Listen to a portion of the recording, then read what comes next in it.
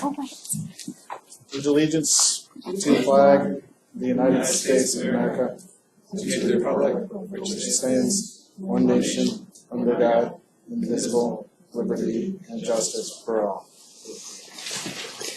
Good evening. All right. First action of the minutes of October 2nd, 2019. What is the wish of the board? Move as written. Are there any corrections or changes?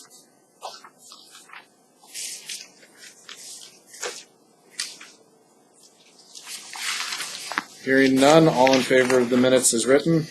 Aye. Any abstains? I'm abstaining. Okay, one abstain. All right.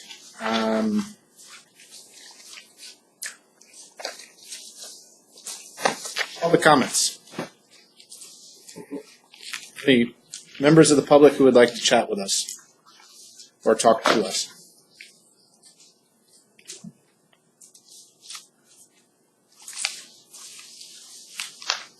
All right, hearing none, we will move on to the agenda review.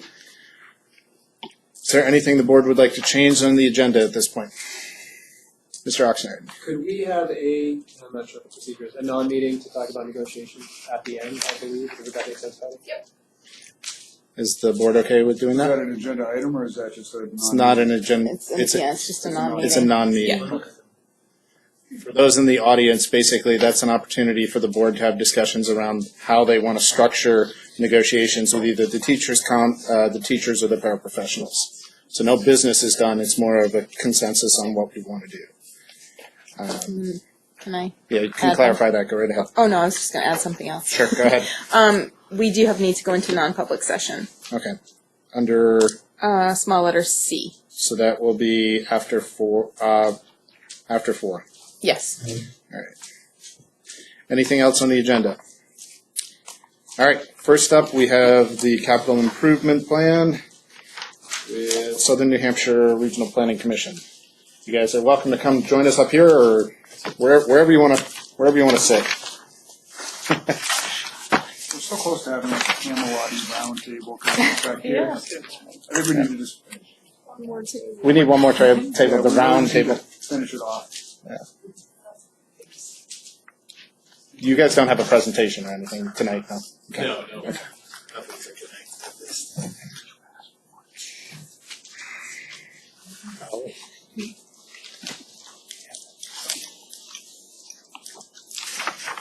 Hi. Go around the room so that we know. Sure. You could introduce yourself again. Ken Heckman? Susan Clipper. Jim Dealey. Patty Sherman. I am Zach Langworth. I am Kristen Withy. Brian Grieve? Amber Wheeler. Nate Oxnard. All right, thank you. Familiar faces. And Cameron Perlman and Sylvia Von Allen. So why don't we first review your packet and then we'll dig into it, all right? We do have spare if people in the audience want to follow along.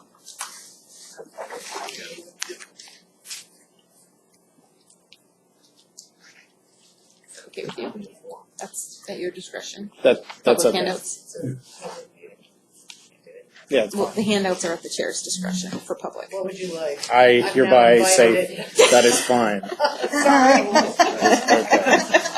I do declare. I didn't know. Oh, No, I don't want to gather. No.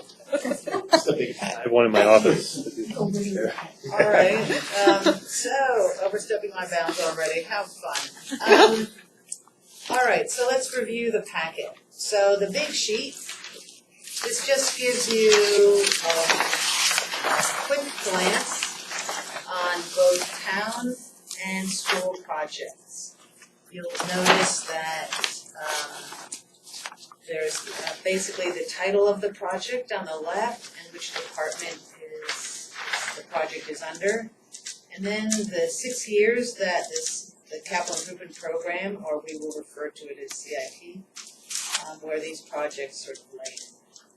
And these are estimated costs. TBD is to be determined.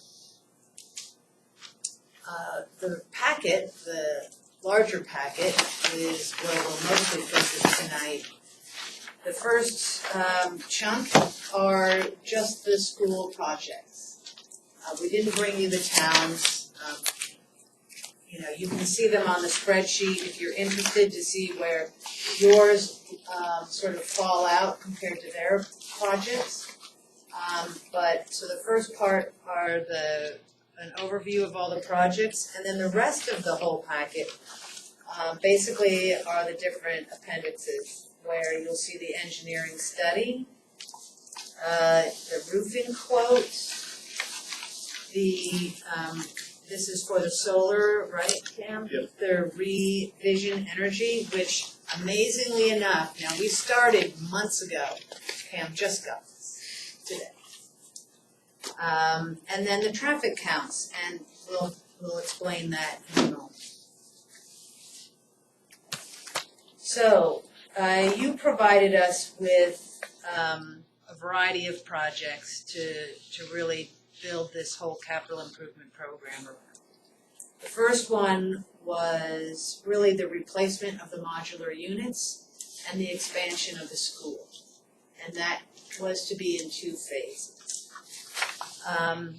The second one was the gym floor replacement, also the roof replacement, upper athletic field stabilization, a traffic flow redesign, additional school playing fields, and the solar installation. And we'll take them in that order.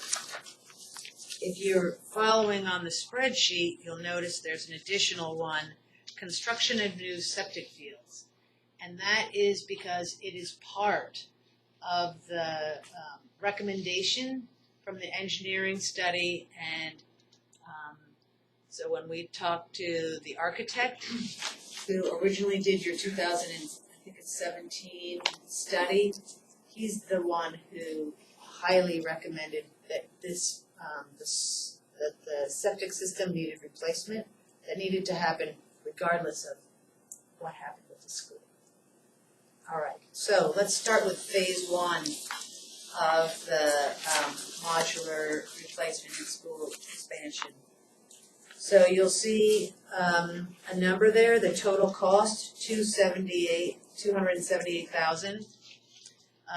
This is an estimate, again, from Fred, who did the engineering study.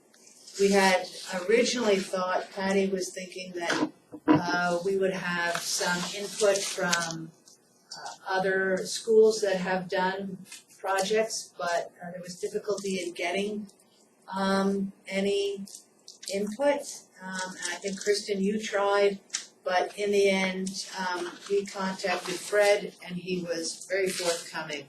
So this information is really both on the phase 1, the septic, and phase 2, all from Fred, who did that study. So you might have a little sticker shock here. This is nothing like again, that we conjured. This is from an expert who already knows your school system, who's done a study, who understands what has to happen here, and has worked with staff previously in 2017 to develop the study. So I feel very confident about his assessment. All right, so really what this is about is we also, as a side note, we did meet with staff and with Patty to talk about what this was about, replacing the modular units, really talking to staff about what was needed here at the school, noting that I believe the fire department had come in and made some very strong recommendations, let's put it that way, about using, storage rooms or storage closets as offices, utilizing stairwells as storage. There's a variety of concerns about doing things like that. So in this first phase, it's identifying the needs of the school and really creating conceptual architectural plans. There's a lot of work involved there. So you can read thoroughly through this, but that's the idea. There's the sort of the goal, the overview of the project, talking about the existing conditions. We know the modulars, for example, are 20 years old. The estimated lifespan is 25, and from the conversation with staff, they're really in tough shape. So existing conditions, as I mentioned, storage closets are being used for office space. There's no classroom for the health class. A quarter of the library is being repurposed as a STEM lab. There's no teacher's lounge. The former workroom, former conference room has been turned into the assistant principal's office, and so on. You see a lot of that. We actually added for number 2 the construction of the new septic fields. I'm now looking at page 3. The estimated cost, again from the engineer or from the architect, is $200,000. He has some description of that, and this is again from the architect. Yeah. Can I pass?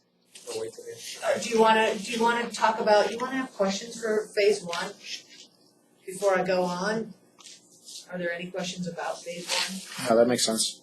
Anybody have? Everybody? Yeah, phase one's fine. Everybody okay? Kristen, did I leave anything out? It was thorough, very thorough, thank you. Yeah, good. Okay, so we're septic fields.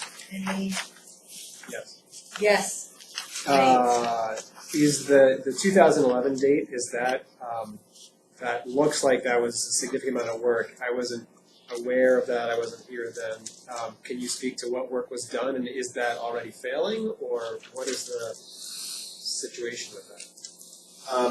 I don't think we could speak to that. This was, the first paragraph is from the engineer. From the study. The study. Okay.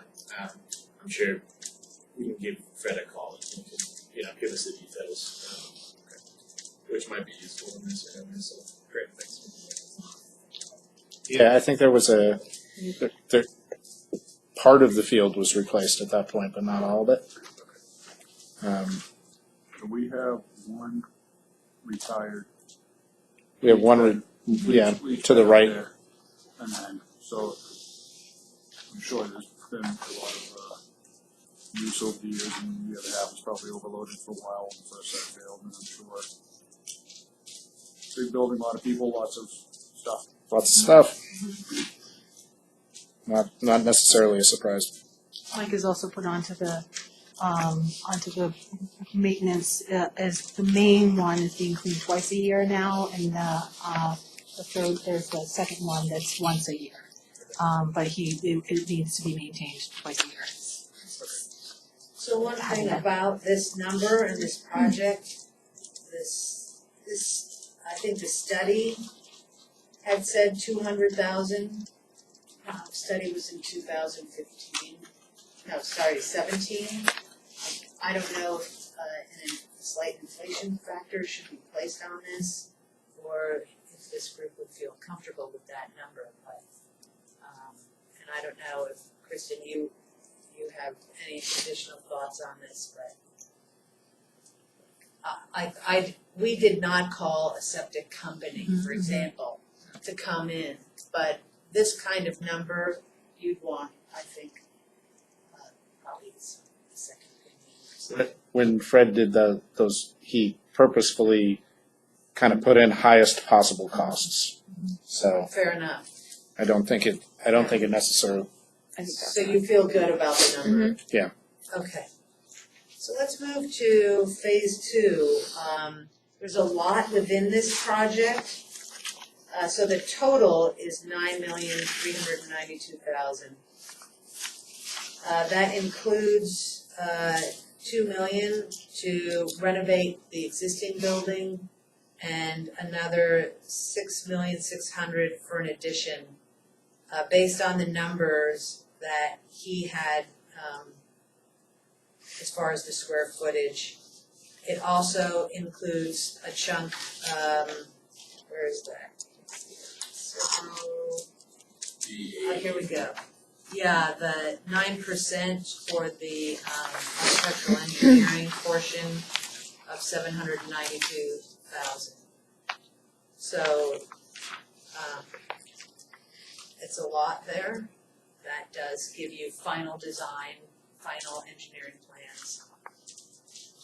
This could be in 3 phases if you wanted, where you would take out basically 800,000 for the engineering and architectural, so that you bring it down about $1 million. But that's really a sort of a strategy on, do you ask the residents all in one chunk, or do you ask them in multiple phases? That's probably the only other phase you would take separately. So, any questions on that one? Lots of them, but not at this level. Yeah, it's a big chunk. And if we go back to our spreadsheet real quickly, you'll see that the town has bigger projects up front in 2020 and also in 21, whereas you sort of have smaller projects up front and the larger later on, which I think syncs really nicely. It'd be tough, for example, if you wanted this in 2020, whereas you're going for that conceptual sooner than the actual,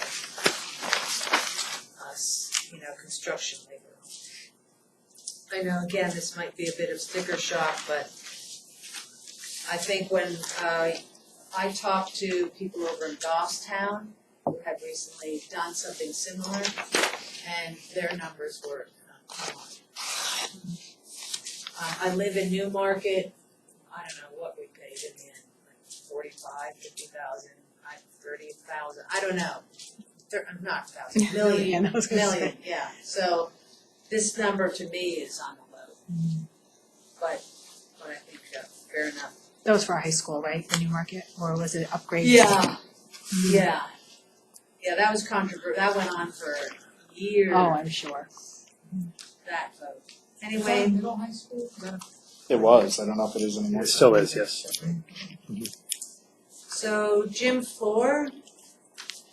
This is one of the projects that right now is talking about tentatively being right next year. And this number actually is a little lower than what was originally estimated in the engineering study, and this is based on actual cost from Goffstown. So I got these numbers from that team over there who was willing to get back to me, but you can see their cost per square foot. I suggested a $5,000 sort of, sort of safety factor in there, because the number originally put in by the architect was higher. So I thought this was reasonable at $85,000. Is it a replacement of the wood? I know there's different kinds of floors that we've kind of been sort of exploring, but is this a replacement of the wood, replaced with wood? It's kind of the same thing, plus the subfloor. Did you get into that kind of level? I did get into that level. So it did include, what do I have here? I can't even focus on that. Somewhere in here it talks about the subfloor. It actually included the paint, specialized, there's different games being played. So all the different, whether it's Foursquare or actual basketball or volleyball, and the school emblem and all that. It included everything. So everything you want, the subfloor, the special wood, the paint for different games. I guess it's been very popular and very well received. You don't have to know who did the work in Goffstown. Yes, I do, but not offhand, of course. We would It was, belong to the administration. That'd be oh, yeah, and I think I did. Yes, I've been in contact with them. Well, I've attempted to contact several times, but no luck. I think it's a place in Massachusetts, isn't it? I believe so. And they have, they kind of contract out to local And vendors. they came highly recommended. Yeah. Call you back? I'm not calling back. Are those the guys that came in and looked at the place and then never came back? Or are those the people that were Jerry Field? That was a Derek for people. We've had no luck with, I shouldn't say we, he's had no. I've had no luck with And as in any we, I mean him. No luck getting people to call back. or getting- email back, nothing. Yeah, when I heard that they had no luck, so I often refer to myself as the big lady. So I just don't take no for an answer. I'm sure. I was very lucky. I had very nice people in Goffstown. I didn't try after that going for the same people. I just went for, the SAU in Goffstown, and they were very happy to talk to me. Okay. So, I understand it's really hard, even if you're a homeowner, to get anyone to call you back. Try getting a plumber, good luck. It's hard, Yeah. so I get that you guys tried. Any questions on this one? Nope. Okay. 5, the roof replacement. This is also a really good estimate, because we contacted, this group is in Manchester, they were willing to come out, and then they arranged to meet with Mike. And so that happened, and this is, I think it's part of your appendix there, that you have the actual estimate. So we feel very good about this number. Is this number factored into the phase 1 and phase 2? No, it isn't. It is not part of any new building or anything like that. It is replacement of existing roof.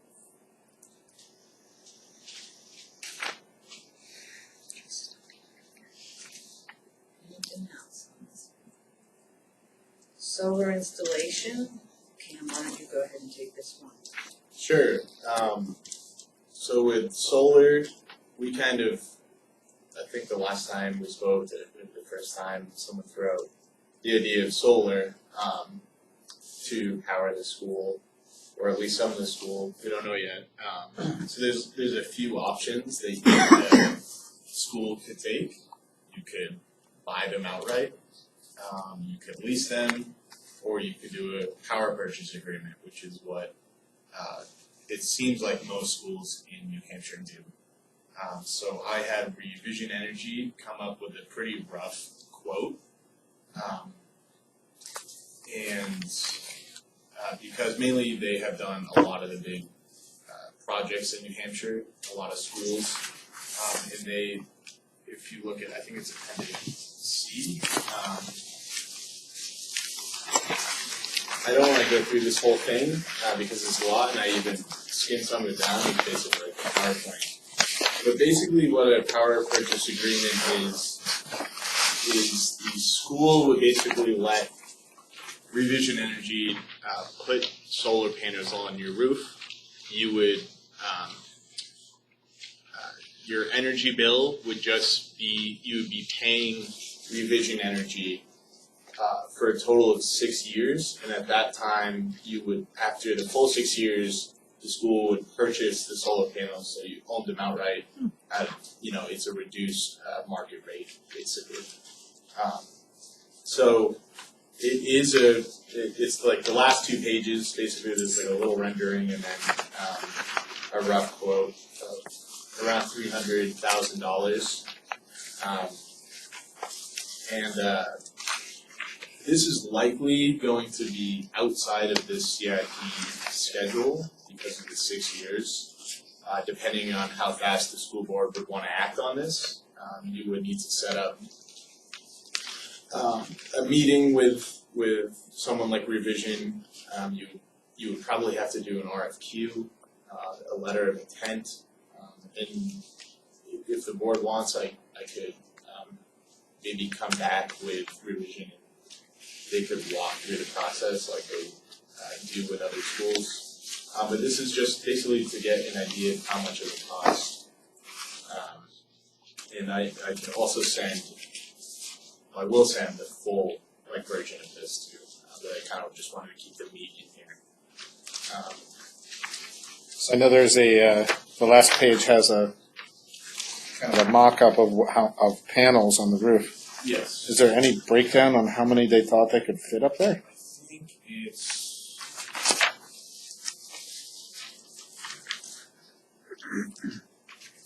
not positive.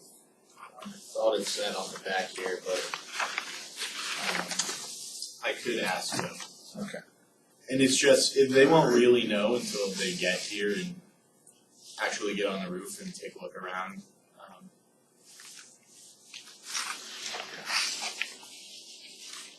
You may not know this, but if there is a leak in the roof and the roof needs to be repaired, what is the challenge to repairing the roof with a load of solar panels on them? Do they have I think a talking point about that? I think they do. I don't want to make up anything, but from our experience in our building, at Southern New Hampshire Planning Commission, we had Granite State Solar come in and put solar panels on, and the way they construct them, they do it so you can move around and do work still. I don't have a great answer for you, but I didn't think we got down into that detail, but I was just curious.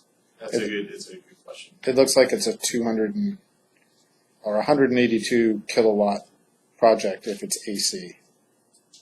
Yes. So 100. Did you guys get our power bills and see how much? No, we didn't, but that's something that we would need to do Any ideas? to actually move forward with this. The kilowatts we use a year? No, and it should be considerably less. The LED bill. Right. Oh, could you help? Yeah, so part of the process is they would ask for a year of your electricity bills. Right. Except we just went LED. Oh, okay, great. So the entire school's LED now, so it's going to be entirely different. Yep, okay. Oh, right. So yeah, again, it's a rough estimate. Just this guy probably looked at the Google image, Okay. and see how many solar panels could fit on the roof.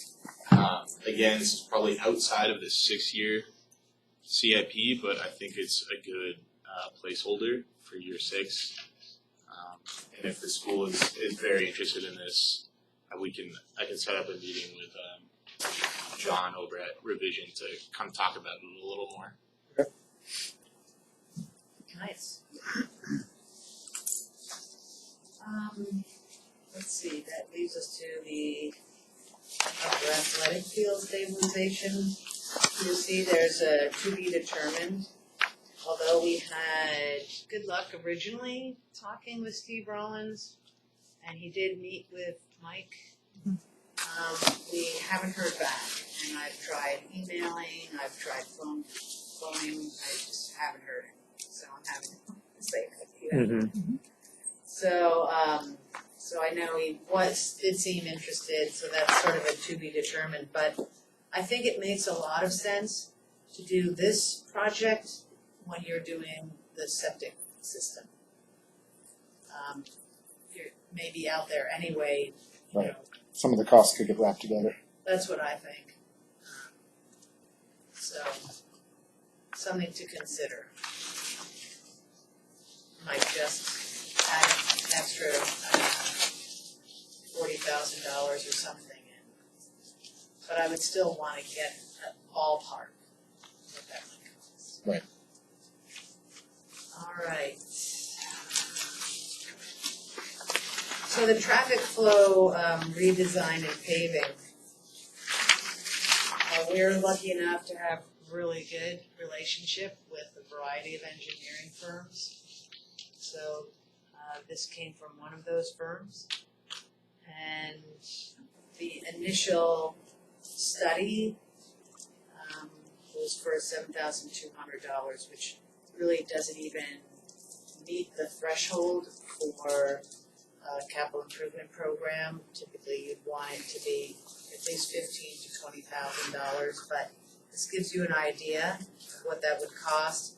I think it would make sense to wrap this into your phase 1 for the modular replacement and the whole building redesign.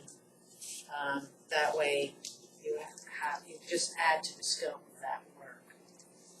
As part of this, you'll note that Appendix D is a traffic count. So one of the things we did that was no additional cost to the CIP program, we did this because we had a contract with all our communities and also with the DOT, so we pulled some strings, and under that DOT contract, we did this traffic count for you right when the school opened. And you can see, this is what we provided here was the information, just really what you were interested in was that first hour. We have a 24-hour, I think, review, but we just gave you this first hour because it's that first hour of drop-off that's really the trickiest. Because in the afternoon, everyone knows that there's some different timing depending on what's happening, the event and all that. But this gives you a good idea that first hour you have in the ballpark of 170 buses and cars and motorcycles, whatever vehicle, type of vehicle. That's the total. And you can see the number of cars and the motorcycles and the pickup trucks. So Kristen and Brian, they come in on their Harleys. Sometimes he picks me up in the pool. And so it's interesting, right? So you can see the number, and we felt that was gave you some idea what your numbers look like, and that would actually help feed this first phase of the design and engineering. The second phase would be actually construction, and again, I think it makes sense to wrap that into the actual construction for the building, the modular. But not necessarily, you might want to keep it separate for different reasons. Any questions on that? I mean, it backs up. It's just, it is what it is. It needs to be addressed at some point. Yeah. Thank you. And then the additional playing field is to be determined. And really, after talking with staff, it was felt that this particular project really needs more input from the school board. We know that the land you own presently can't provide any more space for additional fields. So this is something that the board would have to either be talking with, letting either neighbors know that when they sell, you'd like to be the first to look at that property, if you want to purchase property nearby, which would make sense to me. Or this means making arrangements with the town and making other town fields suitable, or, there's other options. So this is kind of beyond, I think, where staff knew you wanted to go, and certainly we didn't. So this is a longer conversation about the needs of the school, expectations of parents, what's the push, that kind of thing. All right. Any questions? Thank you. This gives us a lot more clarity in terms of what we're up against. There's some sticker shock. There's also some pleasant surprises. I like seeing the gym floor significantly less than expected. So the rest of this process now, the planning board is effectively who takes control of this once it gets submitted to them. What would be really great as a next step is that the board come to terms with priorities and give us, like, this is high priority, this is low priority, so that we go back to the planning board and we are able to say, what's high, what's low, et cetera. If you concur with what we've given you, or if after looking at this and having conversations amongst yourselves, do you want to change dates? Do you want to further phase the big reconstruction project where you have architectural and engineering numbers that you could set to another phase? How do you, I think this is a conversation the board needs to have with staff and tell us, how do you want us to go forward? Is everything high priority? I don't know. The dates look good. Is there any additional information you want from us? That kind of thing. That's, I guess, what we're looking for. We go to the planning board, I think, is it next week already? I think it is. Yeah. So it'd be great for you to give us some feedback at your earliest convenience. Which means tonight, because we don't meet before next week. So, yeah, so I guess, if there's any red flags you're seeing, that'd be good to hear right now. So I'll open this up to the board. Are there any comments on I know there isn't an evaluation score on everything. There's an evaluation score on some of them.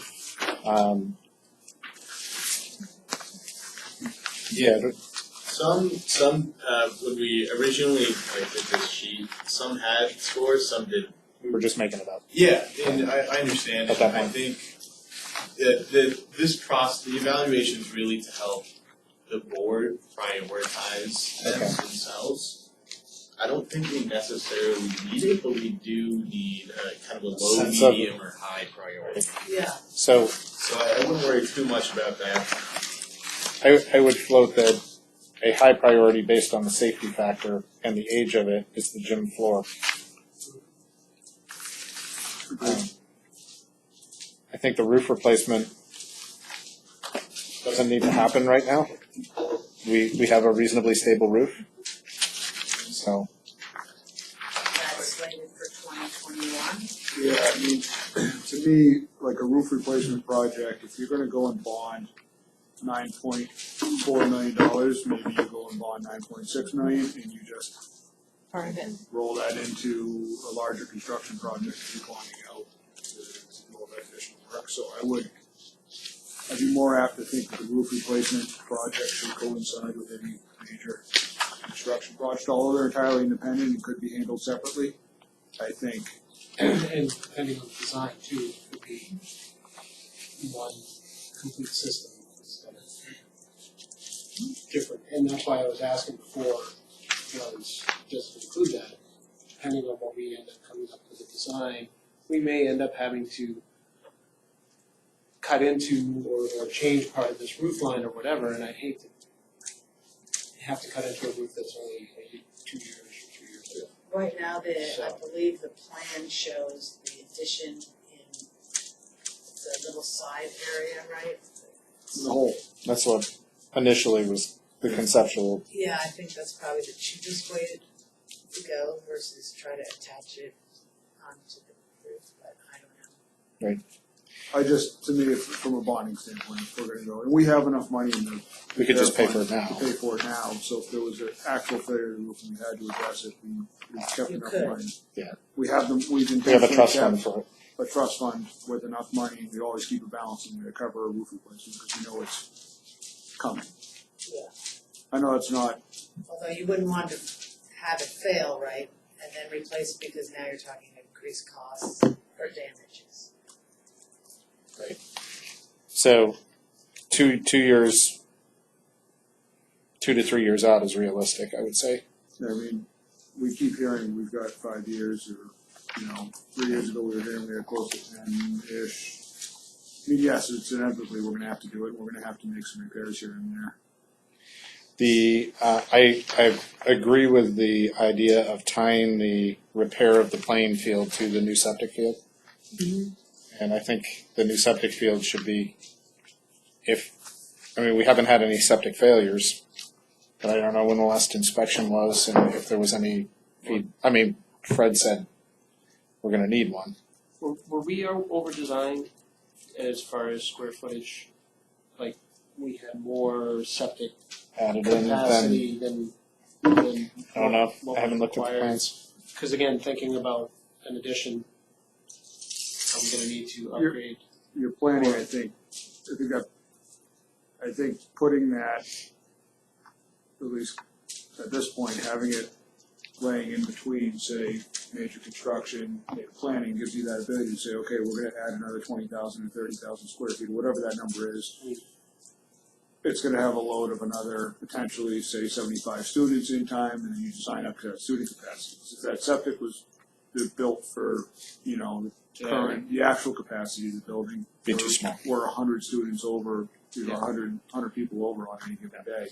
So we're obviously working it probably to the higher end of whatever spectrum it was designed for. I don't know what it was designed for, but The 2011 repair replacement took into account a higher number than the original. yeah, but that wasn't field repair, that wasn't a replacement of, say, the tank, that was a replacement of the field. of a leach field, so your Right. tank is still only gonna hold what it holds. Right. So we're running a 6,000 gallon tank, I think you said, and maybe we I really think we have need- 2 of them. We needed 10 or Maybe we 15. need a 10 or a 15, or, there could just be Right. design limitations. So let's try to stay at the 30,000 foot level. Does that feel like something that we need to do sooner than later? We need to give feedback to the planning board in regards to. I actually think the placement of that right now seems fairly appropriate. Okay. Because we're gonna want some level of engineering done for any expansion, so we know what we're in for. And so if we can follow the 2020, 2021 timeframe, the thought process being is you have enough engineering done to be able to say, okay, we need to design a system to handle this, not this. Is everybody okay with it where it is? And tie the field repair to the same timeframe? Nate? I think to Zach's point there, I think having the engineering plans wrapped into the phase 2, I think when we sketched out a timeline a couple weeks ago, we were saying maybe that might be a year before that. So I might propose splitting up that phase 2 and then having the plans be for 2021 and have the construction be for 2022. If we had the engineering done in 2021. The full engineering up. I think the variability that comes to that as a board is, are we gonna do design build, are we gonna do typical, right, hire a construction manager? So because if it's design build, we're not ordering a set of plans and paying for a set of plans, we're putting out a scope. And we're gonna use those conceptuals basically and say, here you go, Mr. Builder, bring us a proposal, and they're gonna come back and say, maximum project cost is gonna be X amount of dollars. And so You're proposing having that going on at the same time as the planning for the septic? Or having the septic done before we get to that point? no, I think the septic, what's gonna end up happening in my feeble little mind is you're gonna get enough engineering done to know basically about what it's gonna look like. That's what the $278,000 gets you. That gets you conceptual. That doesn't get you detailed prints where you've got all your engineering drawings and your mechanical drawings and the thick stack. That gets you the easy one to show to people and say, it's gonna look like this. But at least at that point, you can start looking at loading and saying, okay, we've got 30,000 square feet, we've got another 15 lavatories, we have another, there will be a bunch of variables you can start to kind of eliminate. And then when you go for septic, to do your septic design and replacement, you'll know what those variables should be so that you can design your system for what your anticipated maximum load would be. And then you work backwards. Would it make sense to take the 7,200 for the paving planning and wrap that into the 278? Have those happen at the same time, or are you still under the 278? I think the 7,200 you can throw in. I think you can move that into 2020 at the same time. And Sylvia, you broke this out into 2 different sections because we talked about doing it in 2 different sections. But if we go design build, it's one cost, right? It's usually all, from start to finish. You commit to and work with one group. Which project are you talking about? Phase 1 and 2 of the building. of the Building, building. okay, you had just talked about paving too, so. We're all over the place. All right, so what I've heard right now is we're gonna move the 7,200 into phase one, correct? Makes sense. Is everybody okay with that? So we're gonna add that, and we will change the scope to add that whole portion in the building. The conversation about septic, let me just be clear, we're keeping that separate. Correct. Because that has actual replacement estimate in it. It's not just design. Yeah, and then the 9,392,000, what I'm hearing, I first thought I heard, let's move the architectural and engineering over with the 200,000, but now it's back because you sort of want to take advantage of a design build kind of. I think, To design, to get a sense of what the septic needs to be. well, for the actual construction side of it, we haven't progressed far enough down the process to determine if it's design build, if it's construction management. We need to hear from people who can Right, present to us. That's further on down the line, so I don't think you split them up yet, because you don't know what avenue you're gonna go down. I think that's fair enough. I mean, that makes a lot of sense. The whole talk about the original phase one was so that there would be more input, and I think staff had similar ideas. Was we're not sure what we need yet, what this is going to look like yet.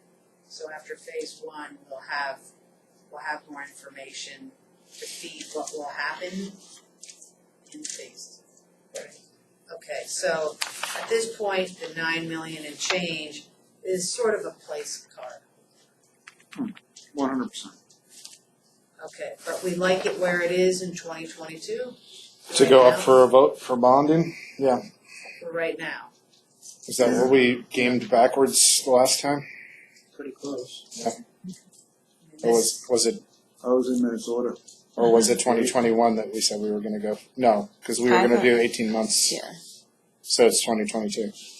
And then maybe if it passes, 2024 was when it would be done 2 years later. Yeah, Was what we gamed out.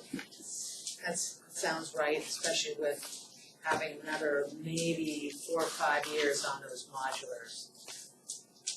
I think those are pushed to that, but.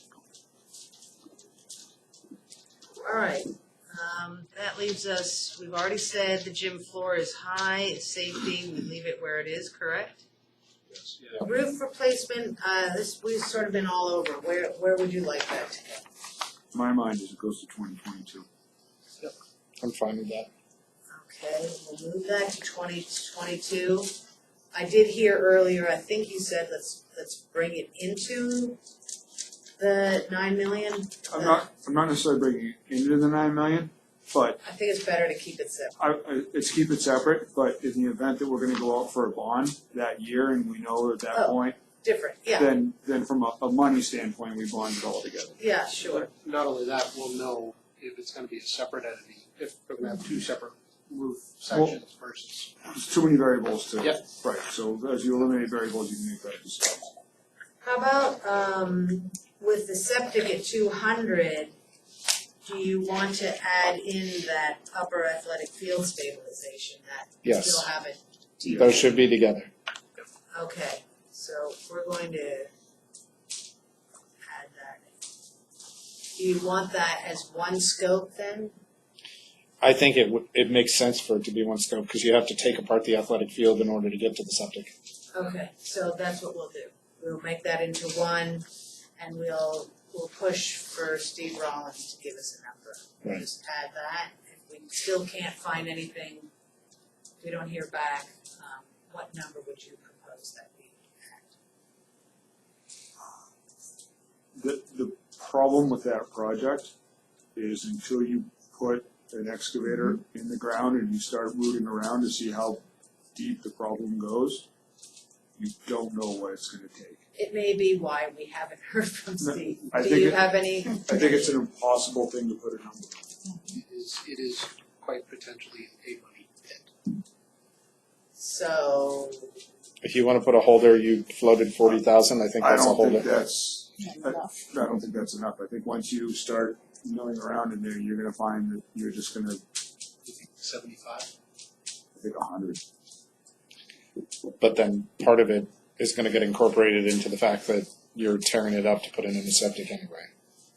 Yes, but the septic occupies X amount of square footage there, We're talking about and that. we're talking about not necessarily the whole thing, because if you look at where the tree line is in the backside and you look at basically where the lower parking lot is, somewhere in between is where the original natural gradient would have been, and then they built the plateau there, so up against the tree line side of it, or, you know, where the dugouts are, should really be okay, because that should have been natural virgin soil when they did the work. It's how it's the shelf that they created there is where your issue is. And the holes have all kind of been generalized to a certain neighborhood up there. But you are gonna need to mill around and go down 15 or 20 feet and stir it all up and compact it all back in. So let's say I think if you put a placeholder of $100,000 for now, Mhm. until you hear from an excavator guy who says different. All right. Let's see. And then the other one we're talking about.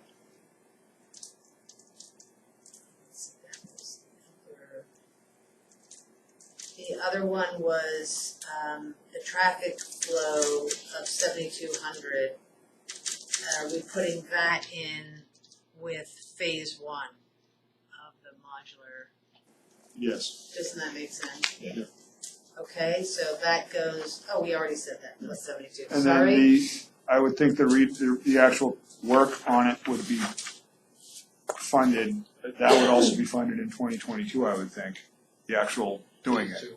The actual doing it in 2022, okay, we add that there. Yeah, because again, I'm thinking that rides all together. If we're gonna go big on a bond, let's just go and do it all at once. Yeah, Gonna need it anyway. And I would say Beat the crap. that basically leaves solar. And leave solar where it is, put it on 2025. 2025. I don't feel like it needs to be 6 years out, and there may be a much faster return based on, who knows. Or a redesign, a smaller. Yeah. Smaller system, smaller initial cost. That could, in part, be Part of the roof, part of the, all of that. yeah. I mean, the reality is if you can get a $9.2 million bond passed, you could probably get a $9.8 million bond passed, and you can knock out all these additional things and try to do it all at once. It's either gonna pass or it's not gonna pass. The actual number, Yeah, plus or minus 10%, yeah. isn't gonna make a lick of a difference. It's either the community's gonna say, yes, we wanna build a school, and we know it's gonna cost us something, or they're gonna say no. The dollar amount, to a certain extent, matters, but 10% of it's not gonna make a difference whatsoever. Especially if you bond it over 15 or 20 years. And the additional playing fields? That's the far out project. That's the far out project. All right, that one moved to 2025. Sure. I think it's already there. Yeah, so it's good where it is. All right, that's very helpful. And right now, as far as priorities, I've got high on the gym floor.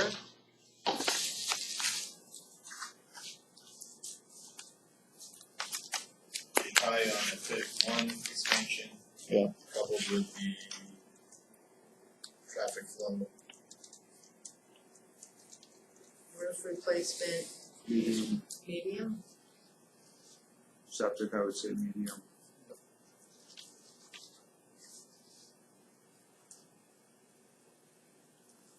Solar, Probably the lowest of the priorities right now. Well, that and the athletic fields are probably the low. And phase 2 is actually high.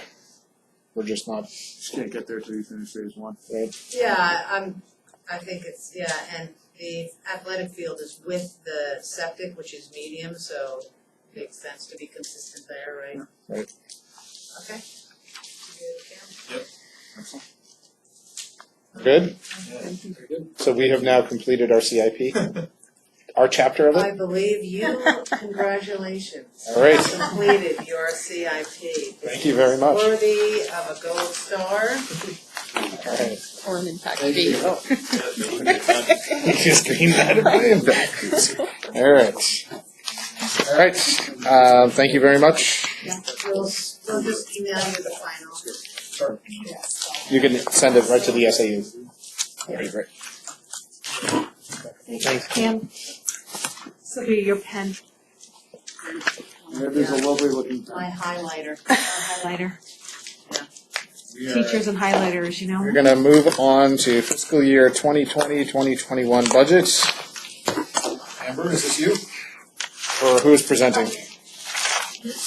How would you like, do you want me to present? Start. Yep. So let's go over what's in our packet. Same as you've seen prior years.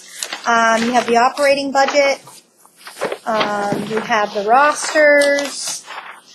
You have the district assessment, that's draft format because the SAU budget hasn't been approved yet.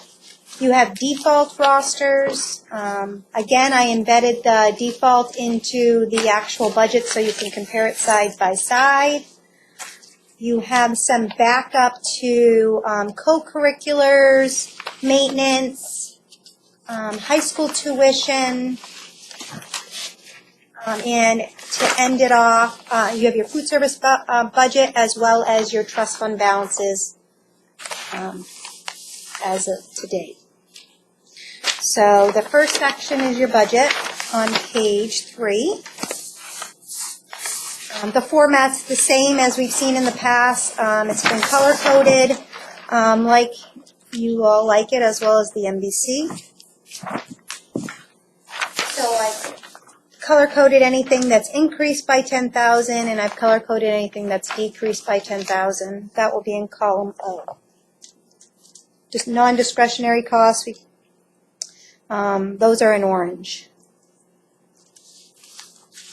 On line 12, the very first line, the administration is proposing to include an additional math and science teacher, as well as increase the wellness position by 0.25 FTE.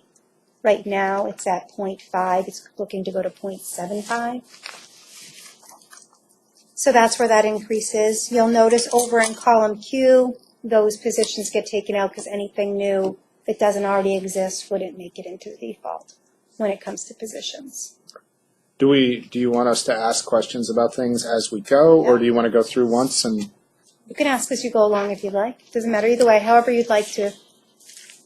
Do you guys have more of a presentation on asking for new teachers, or do you want to just talk to it now, or? We can talk to it now, yeah. This goes along with the 3-year plan that we have in place, moving this middle school to a 6th grade, 7th grade, 8th grade team versus a 6th, 7th, 8th grade team. In order to do that, we would need to hire a math teacher and a science teacher. And the third position would be a humanities teacher, which would be English language arts and social studies combined. So is the humanities teacher isn't in there though? No, but because we already have them on staff. Okay. Where will they be? As in physically, Yes. you know that roof that we're talking about building up there? You put a modular up It's there? fine. crane? We're just gonna move one now. All Yeah, we have, here's a big picture on next that. year, we have one classroom available to us for next year because the current 5th grade is four classes. So that frees up one classroom, and then we have our literacy, so we have 2 rooms available, so we need 1 third room, if that makes sense. So we have 8 classrooms, we need an additional classroom, that would be that classroom with the current 5th grade. So there's a spot. A very narrow spot, very small sliver. Barely, Assuming 75 kindergartners don't show up. correct. Yes. And the 0.25, that was the discussion of expanding the wellness program to 2 days a week in the schedule to count for social and emotional curriculum. I believe we had some students come and speak to that last year Mm-hmm. with the school board meeting, and we're following up on that, and there is a need in the school. to have a little more focus at the middle school on specific social emotional learning skills. The teacher who's not going to be teaching fifth grade, could that teacher be one of the middle school teachers? No. We have to check Yeah. certifications, because it's Yeah. specifically math and science that we're looking for. So you're proposing that teacher would do that? That teacher, we had to move teachers around to fulfill the needs of lower classes. That's all determination based off of the population for kindergarten for next year. So there's a lot of moving parts to that. And I forgot the question.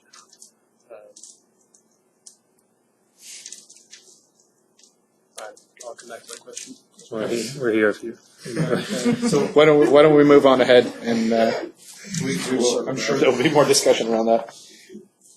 On line 18, the substitute salaries, currently our sub rate pay is $75 per day. At the executive board level, we had discussed last year moving it this upcoming year to 80, so that is reflected in that line. On line 20. I got a quick question for you. Are we still having an issue finding subs? Is the rate of pay an issue, the issue? It's the economy. Yeah, It's there's just just, paras and subs always, and bus And drivers custodians. and custodians. Have we ever had a full-time sub? Not budgeted. Yeah. Well, in the time I've been here, we have Other not. schools have done that though. yes. Has anybody in the SAU done that? Or? Yes, we stopped it when you were required to offer insurance to a 30-hour employee. So if you do that, you have to budget for insurance too. Okay. So, I know we say the 80, the rate isn't the issue, but we're raising it, obviously, for a reason. I think it's more for competitiveness in our area. Okay. So, if we can't find them, Concord was, because I was at the discussion at the executive board level, Concord is paying $95 a day, I think. I mean, if we're trying to entice a retired teacher or somebody to come and spend a day here, should we maybe entice them with a little more than $80? I mean, So this is where you get into competition throughout the SAU. So the executive board discussion was around. I know what you're going to say. I'll sleep fine tonight knowing that we're a little. Right. So the question was whether or not do we want to get into a competitive situation where we budget higher than the other districts within the SAU so that we are more attractive to substitutes to come to our building, or do we want to collaborate and raise the rate altogether? In the sense of all of the other districts, where let's collaborate and raise the rate together. I actually did bring up the point that I would have board members who would probably suggest we go at it a different way. I can't believe you think Nate would think that way. It's obviously at the discretion of this board. There's no binding obligation that we have to. The policy we voted on. Oh, we did vote on the policy. Yes. Says the executive board sets the sub pay. There you go. So I can't apparently we're done remember. There are a lot talking of about this now? Just You could have saying. said that a few minutes I didn't want to interrupt. But I do remember, this was a while ago. Yeah, I do remember specifically being, I'm going to have a board member who's. Just competitive. I want to be competitive with the other districts in the SAU. I want to make sure we're more competitive with the other districts around us so that we can find subs. Just a Districts around us are the SAU. No.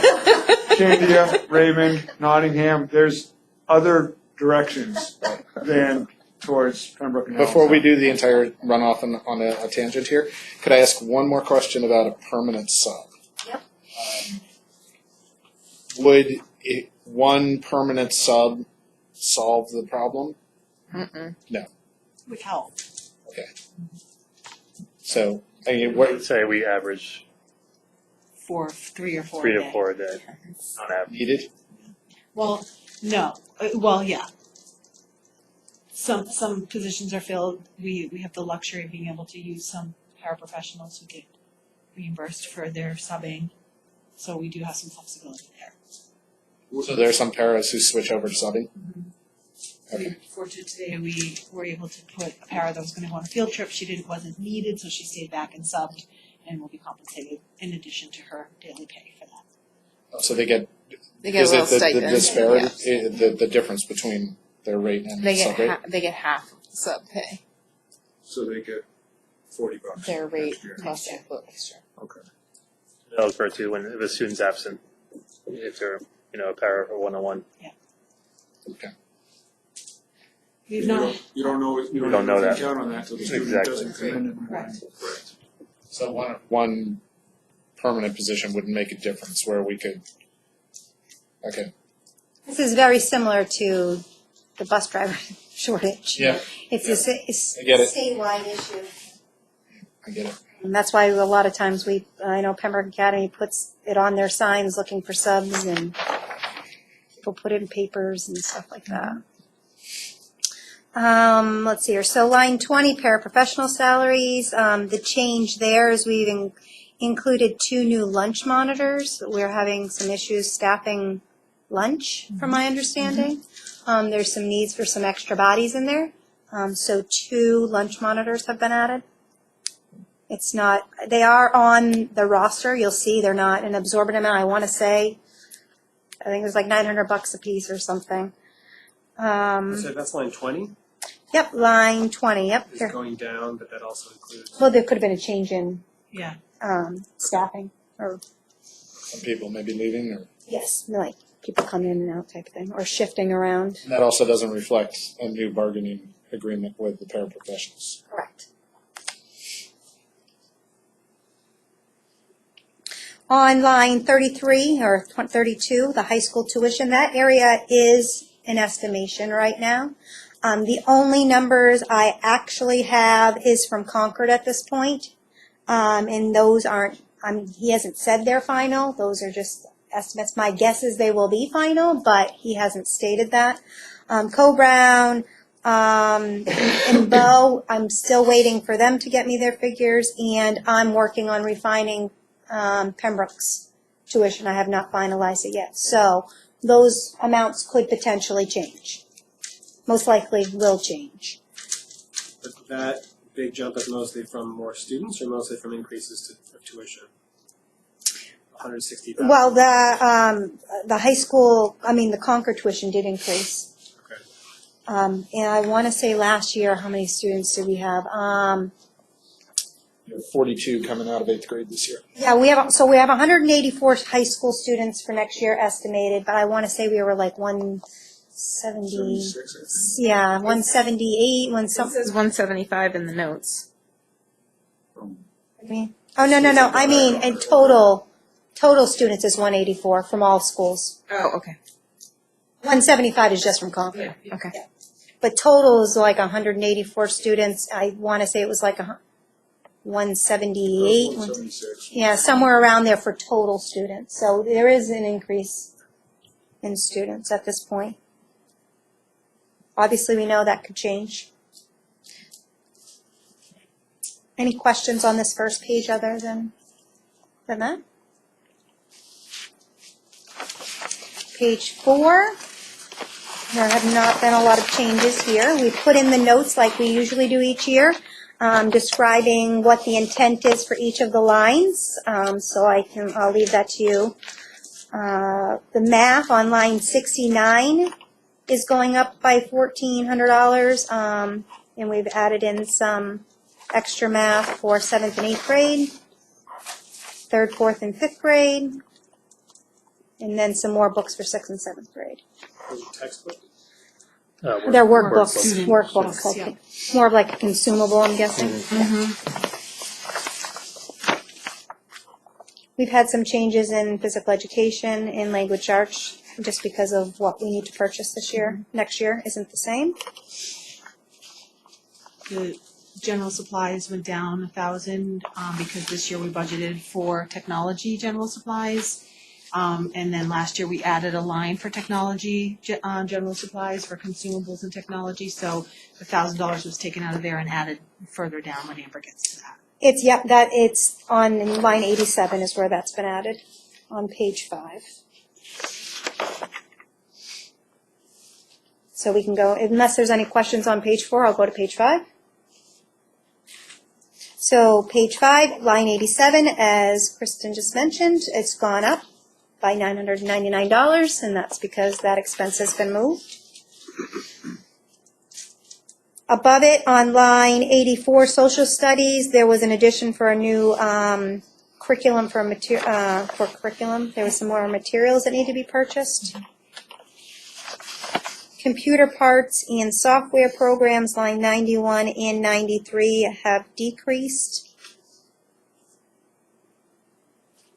I don't know why that's, do you know why that has decreased?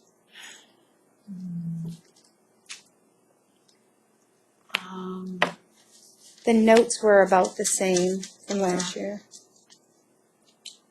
I think a couple of subscriptions were taken out of the software programs that we weren't using anymore, Okay. and the computer repair parts.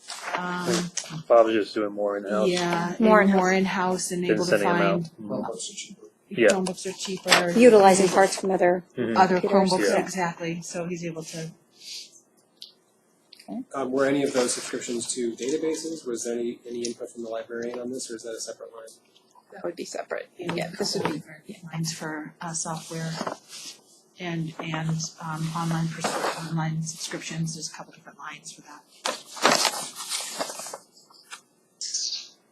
Line 98, we're on the year 2 of band risers. Line 100, they're looking for some additional library furniture. Broke this down into 2 phases, maybe 3 phases, next year being phase 1, and we broke down the total amount that we're looking for is a little over 10,000, so we included some in new furniture, and then when Amber gets to it further down, it'll be at replacement furniture. What particular pieces of furniture are you guys looking for? She's looking to redesign this whole area over here, the student section, removing the bookcases that are there, replacing them with more learning environments for tomorrow type curved bookcases with seating to match into that. Looking to replace one of the bookcases over there that's specifically for the younger kids, the kindergartners. Right now, the books are lined up. She wants to get a piece of furniture where the kids just have to look through the books to find what they're looking for. So that's, and then replacing some of the angled shelving units here as well. Does it include wheeled shelving? Yeah, that's the direction we're going to. I gave her all of the information that Brian gathered last year for the replacement. We have been using those movable bookshelves, and she really likes those, so. Are they actually movable easily? It takes takes 2 people. Mr. Reed and I a little muscle. We can do it. Can't we? It's not like burdensome. No, I mean, they're not falling apart and books aren't falling off when you move them. She's got a wonderful plan in the you don't have it here, but digitally she has links to all of the. I can actually send you the Google form. I can send it to Patty, the Google form that has links to all of the furniture that she would like to order. The next section is new instructional equipment, furniture, and replacement equipment. I guess we'll just hit those all at once. So the next section, we just talked about those 2. So the instructional equipment is $15,000 to replace the classroom projectors. They're 10 plus years or older, so those really need to be switched out. Sorry, what line are you Line 105, or 104. Replacement of the paper cutter in slab roller for the art room. Bob obviously has a whole list of projectors that are 10 or more years older, so 10 What do we do with their decommissioned stuff? I think he keeps It's some in the for red parts. He will use it. The projectors he uses for spare parts. Yeah. The board themselves are just magnetic whiteboards. So, is this for the, But some of, Not I for mean, those kind. not for this, no. that's one of the smart ones? That's the newer, yes. But he's not proposing smart ones? The problem with these is the walls have to be completely flat. Bob and perfectly them. flat, Oh, like, yeah, they ripped out part of the wall. There's wood behind there. I have so pictures. to put these in classrooms is a little bit more difficult. Yeah. But So- I think they're about $1,000 or so, the newer ones. Oh, that yeah, he they're wants to replace. expensive. Mhm. Hard to believe, but not all the walls in this building are straight. Really, Unbelievable. that is crazy, right? Let's see here, line 107, we're looking to replace rotation for classroom furniture and library furniture as well. So this is where the second That second phase, or second part of the part of phase. the face, yeah. Line 110, there's no change there, but they're just continuing with their computer cycle, replacement cycle. Any other questions on page 5? 116, 116, special ed salaries. what are we doing?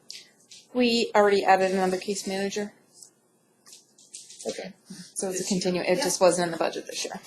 I did add a note, it's just on the next page. That should sound already. Mm-hmm. Yep, it's already in fruition. Let's see here. So paraprofessionals, line 119. Currently, or not, it's probably not current anymore, but we budgeted for, bless you, for 29 paras, and we are budgeting for next year for 32 paras. How many do we currently have? It must be 32. They look very But when we close. budgeted last year, for this year, we had 29. So have we looked at how those lines, I know it's still early, but are we looking at how those lines are looking this year? We- For a year to date, Yeah, or are we gonna, well, obviously, we're gonna blow them out of the water. we'll be over on those lines most likely. So yes, I can have a report for you next meeting. The difficulty with special ed is you may be over in the para line, but the placement line can Right. swing so much. Like last year, the Concord High, had to be at least 10 kids that either moved in and out, or, right now, it's really hard to predict what the end will look like. It's just one of those, you can, a lot of the other parts of the budget, you have a lot more control over, and that one you don't, so that's the one that's can have the biggest impact at the end of the year on how it all rings out. The problem is this particular section fluctuates on a potentially a daily basis. Right. So I could give you a report at the next meeting, and a month from now it could be different. 5 months from now it could be different. It's really hard to tell until really right at the end. At the end of the year, we're still, even once year ends hits, we're still receiving invoices for June. So we do the best we can do to estimate what we think it's going to be, and I know the staff watches, each individual student and what services those each individual students require, and we change the projections as changes occur.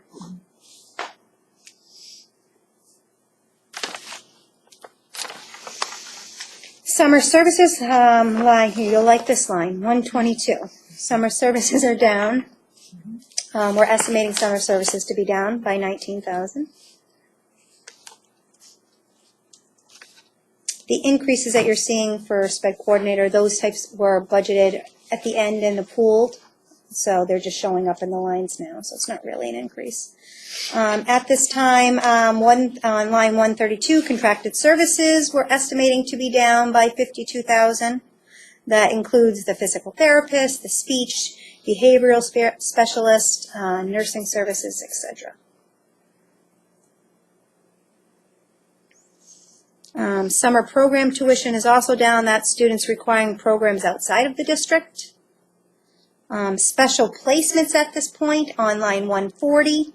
That includes out-of-district programs, as well as services that are given at Concord High School. And we are up about 56,000, almost 57,000 projecting for next year.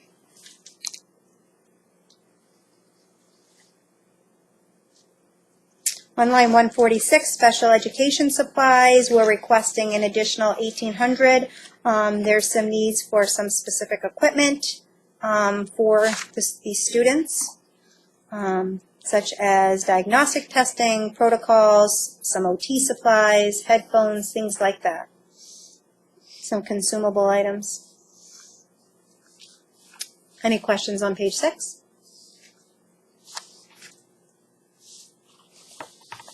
Page 7. Co-curriculars is up $1,800. And I believe you just did an increase for the stipends, if I, The athletic director's stipend, yep. in the backup for that section, for the co-curriculars, there is backup for that, which is on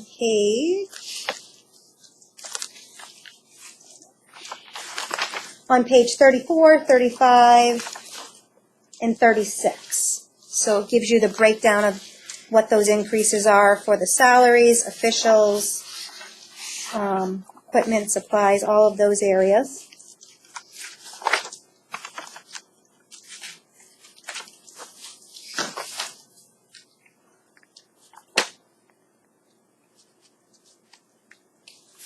One of the new one, something that's new that's been added for the dues and fees for co-curriculars is Coastal Track League. That's something that's new. So that's been added. That was $100.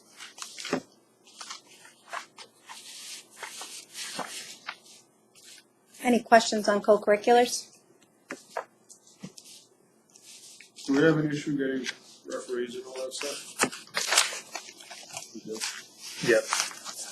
It's across the whole league. Sometimes you get 2, sometimes you get 1. And some older people probably shouldn't be referees. Meaning you get none? You get none sometimes. Sometimes you're better off with none. Keep a striped shirt in your office. All right, the next section, if there's no questions on that, is line 181, which is diagnostics, which is your school psychologist services. Right now, we're estimating that'll be up around 13,000.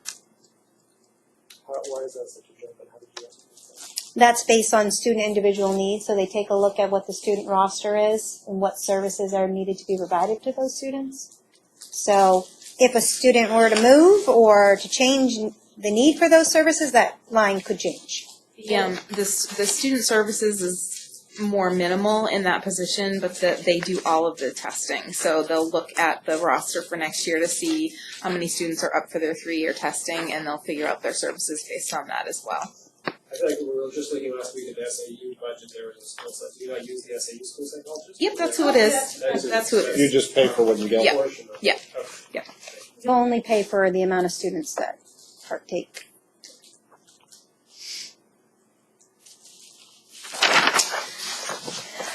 Page 8. There's not a lot of change here. The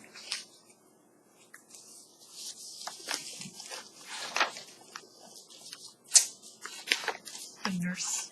The nurse was a change. Is that the days? That's the day. That's 5 extra days for that.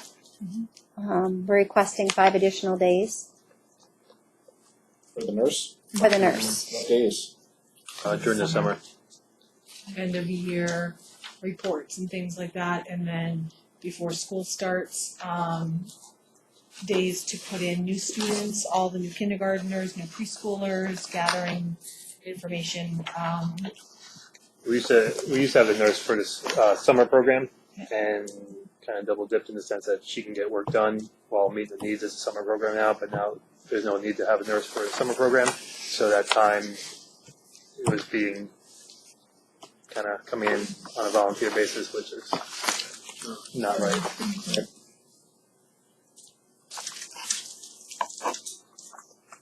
About $1,400.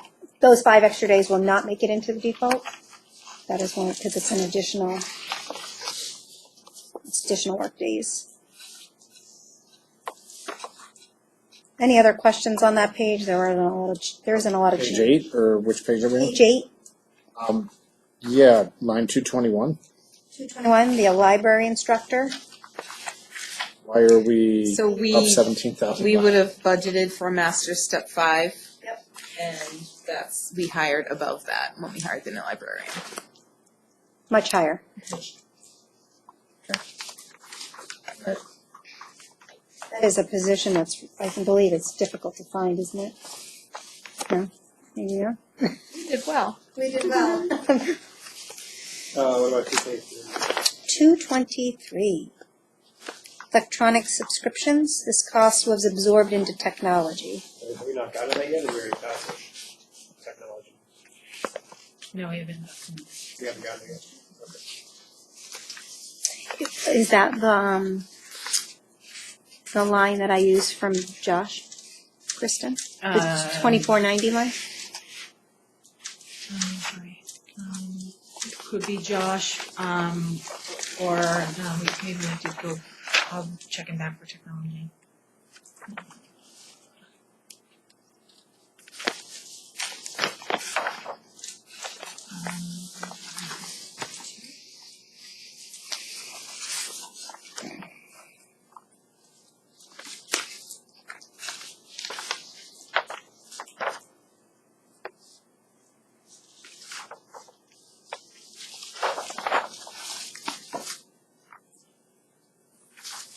We can circle back to that. Yeah. Did Brooke review all of the subscriptions that we had that we all got? Yeah, so the, yes, I think we kind of just slipped by, it's the electronic software licensing, it's line 47, 110432, Line 47? line 47, yeah. I don't know what page number that is. That is page 4. So right there is the, there's the 22,000, it's from 20,000 to 22,000. Yep, that makes for sense. software yearly maintenance. So some of So the library was absorbed into that. Yep, so you just moved it into instructional. But you also added TV and music to that, so that means that the amount spent on library subscriptions probably decreased? I think that was added in there, but we added the note in there to make sure that those things were covered. It was in there last year as well. PE, music, and library were in there last year as well. And was that at the request of the, not the removing it around, but was the amount at the request of the new librarian, or was that basically, are we keeping our funding of database subscriptions the same? Is that at the request of the librarian? Could you speak to that for a minute, or what your thoughts were on that? I think that it just was something, if it was something specific for the library, she kept it in the library. If it was something specific to the whole school in general, it was absorbed into the technology. And that happened last year as well. We weren't cutting back on subscriptions. No, I can get a list of I'm trying to see if there's anything in there in terms of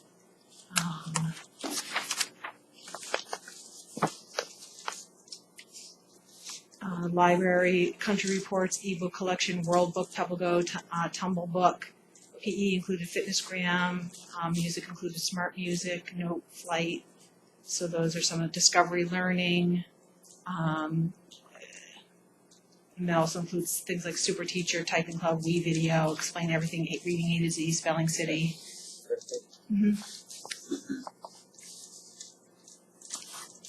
Page 9. There's really not a lot of changes there. The workshop lines, those will stay the same for now. Those are part of the contract. Yep. So they would stay the same for now? Well, they would stay the same regardless because it'll end up in the warrant article.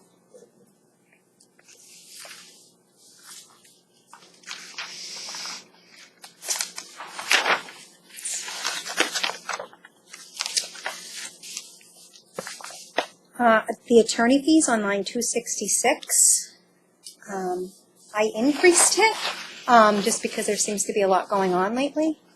That's a choice if you want to decrease it or not. I would suggest not. Where the actual was so high in 1819, I was a bit concerned. And I think we're going to run into a problem this year. Sure, there's 20 and up. I'm hoping that lots of things may be resolved this year, but I don't know. I guess it all depends. Is that enough? It's hard to say. Let's hope some things are resolved this year. We'll go from there. Thinking positive. Great. On line 271, that's the district share. That's also in your packet. On page. If we could digress for a moment, Sure. just for any audience members who are here, the SAU meeting, board meeting was last week. Was that last week? Yep. And the estimated increase in budget at the SAU level is 0.63, if I remember correctly. Or 0.3. 0.43? I think 0.43, I think. 0.43. So there's not a lot of increase, but we are always open to hearing from our constituents in regards to the SAU budget. Our portion of it depends on how many kids we have in the valuation. And your enrollment was up, which is what caused that to increase. I think it's really important to keep that in mind.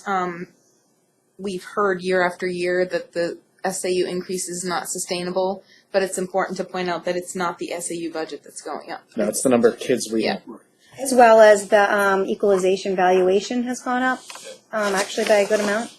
Well, 25,000 or so, 26,000, which is pretty decent. Last year at this time when we had 488 pupils. Now the state is estimating, or had for 18-19, 509, because it's 1 year behind. So that's where your increases are coming from. In reality, in this building, we have 530 something, Right. 540. Which means next year it'll be the same story. Can you, just for budget committee time, can you just put a note with, pupil counts and the increase in pupil counts? Mm-hmm. Put a note in there of why it's Yeah. increased, yep. So the trigger into a dissertation.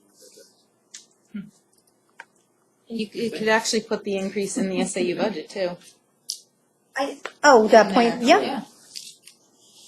And Zach won't have to remember. I'll have a note. True. We have our, as you all know, the next, was it Wednesday? Next Wednesday. There's one more final vote. You're joining us, Kristen. Yes. Oh, how exciting. I'm not the only one. Yeah, we're gonna- I'm dragging him along. Brian, you're coming Back too? of my heart. They didn't. That has not been confirmed yet. It has not been confirmed yet. You're gonna love it. It's enjoyable. They promised cookies. Have you ever had a root canal? It's like, No. It's just a layer lower. those are really No, good. both same. You travel. All right, let's see, where was I? Or 271. Pearl. Yeah. You gotta Okay. break this up, man, because this goes off. Go ahead. Sorry.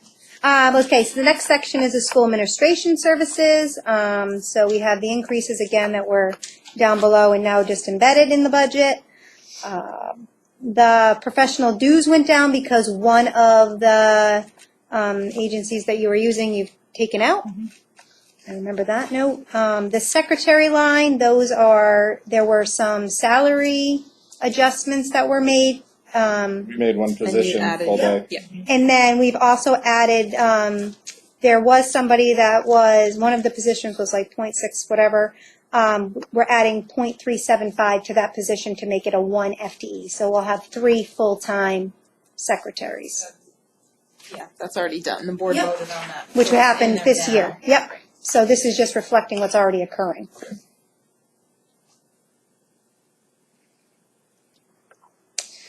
Summer Tech, that's just based on, includes the summer help as well as 10 extra days for the coordinator.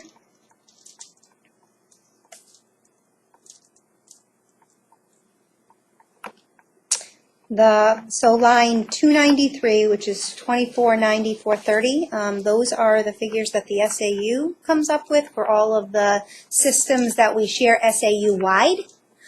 So that will change. A lot of those programs are based on pupil cost, or how many pupils you have.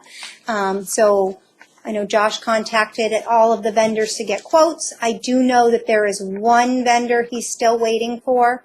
And I believe he said he's looking to have the final amount from that vendor by next Friday, so that number could change slightly.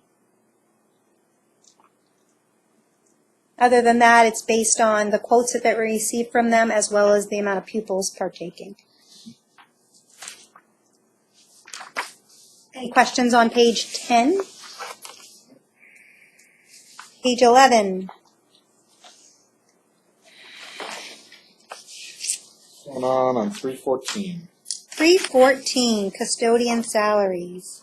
This includes the summer help plus staff changes in that line, and I have to remember, let me There read. was some salary adjustment. There was a salary, yep, I don't But know that that should that have been was. in the budget already, right? It shouldn't show this year. It would have been down below and it then would have moved been up. down below and moved up.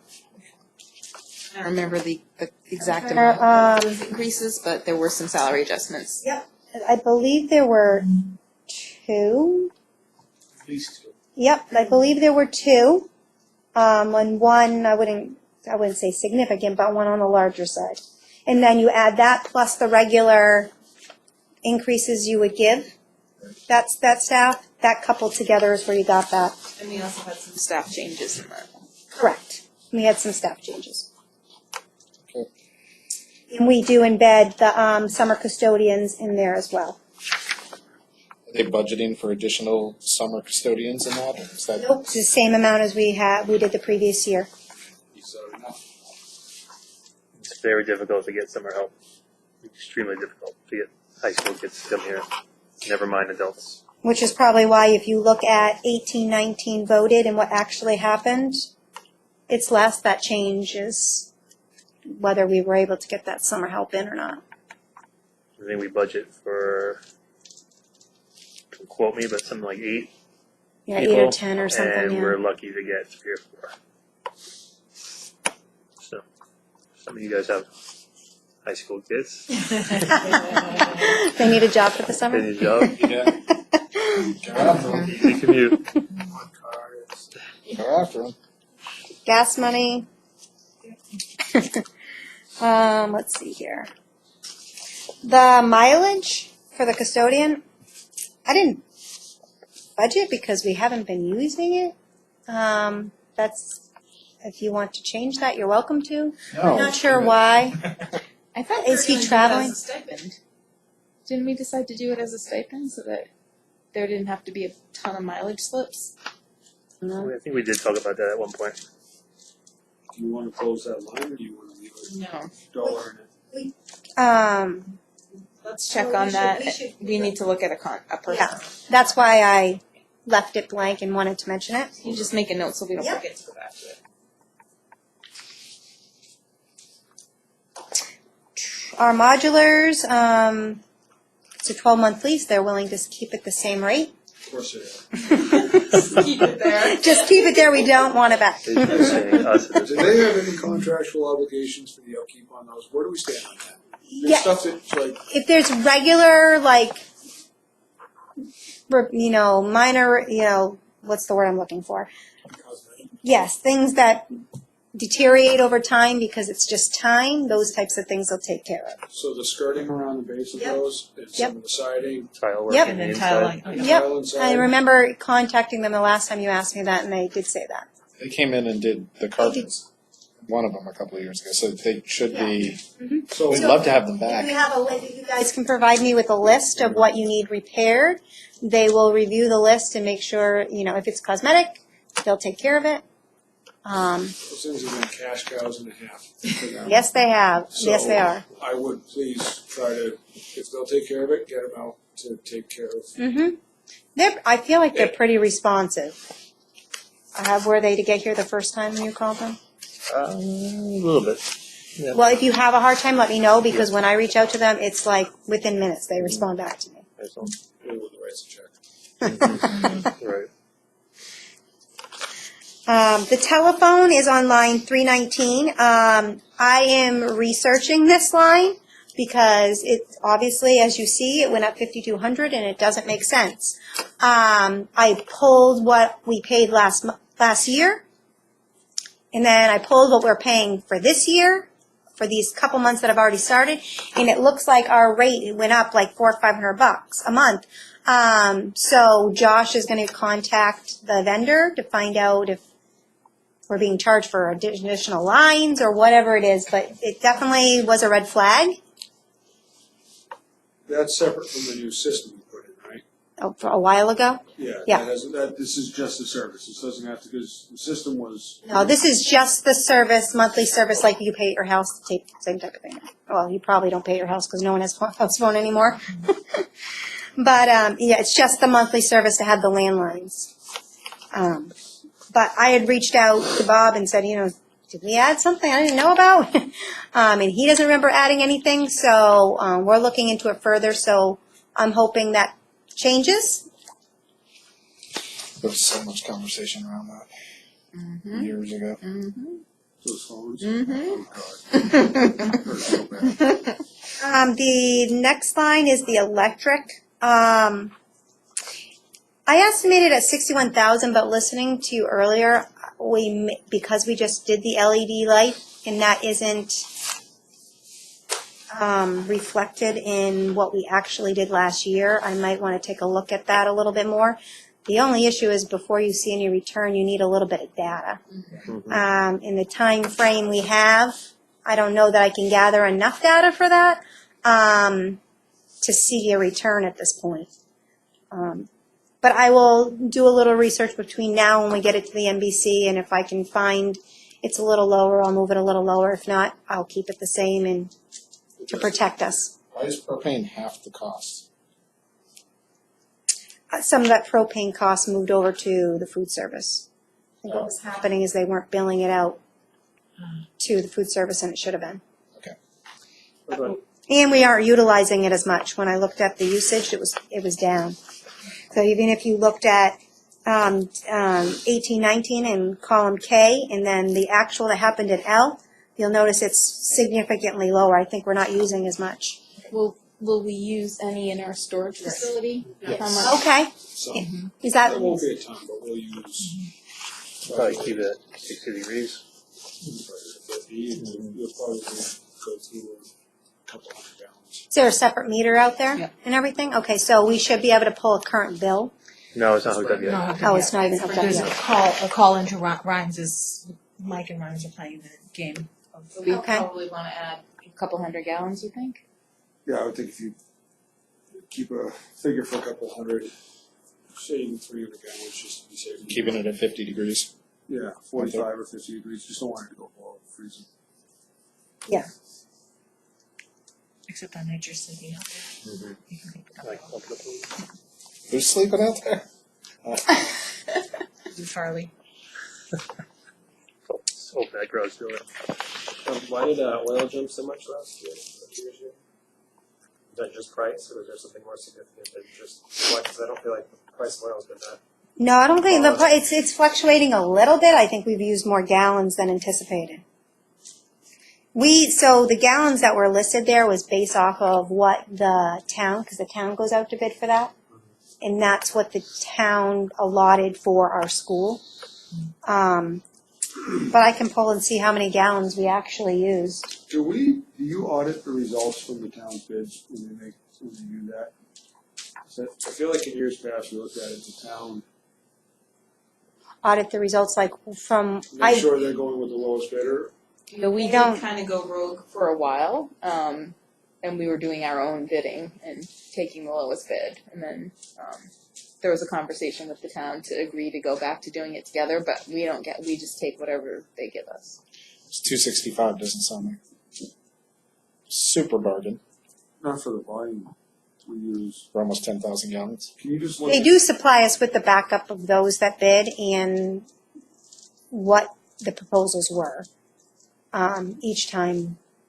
is it worth, obviously it sounds like the ship has sailed, but is it worth looking into it and just seeing, we know about how much we use? Probably too late for this upcoming year, but for next year, just to call around and say, hey, we need 10,000 gallons, what's it gonna run us? And Well, yeah, I can make some at calls. minimum, auditing the town's bid results, at least quickly, just to make sure that they're working in our best interest.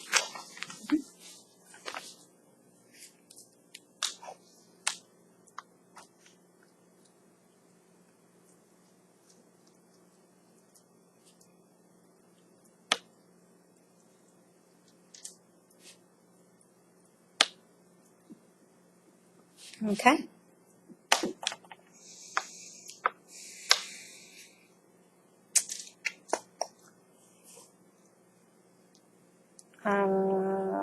Maintenance supplies are down, I think just ordering some different things. Yeah, there was $1,000 in there for the light bulb replacement, which we don't need. The breakdown for that is on page 38. I have a sneaking suspicion we are not going to need to refinish the gym floor next year.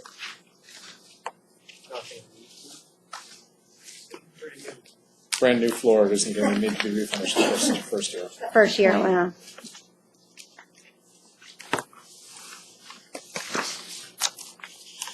Is Mike gonna come talk to us at some point to go through his portion of the budget, or are we gonna deal with the You can certainly invite him if you'd like him to come. I think if you have questions, he needs to be the one to answer them. I do sit with him and go through Okay. these. Is there anything that he shelved that needs to be dealt with?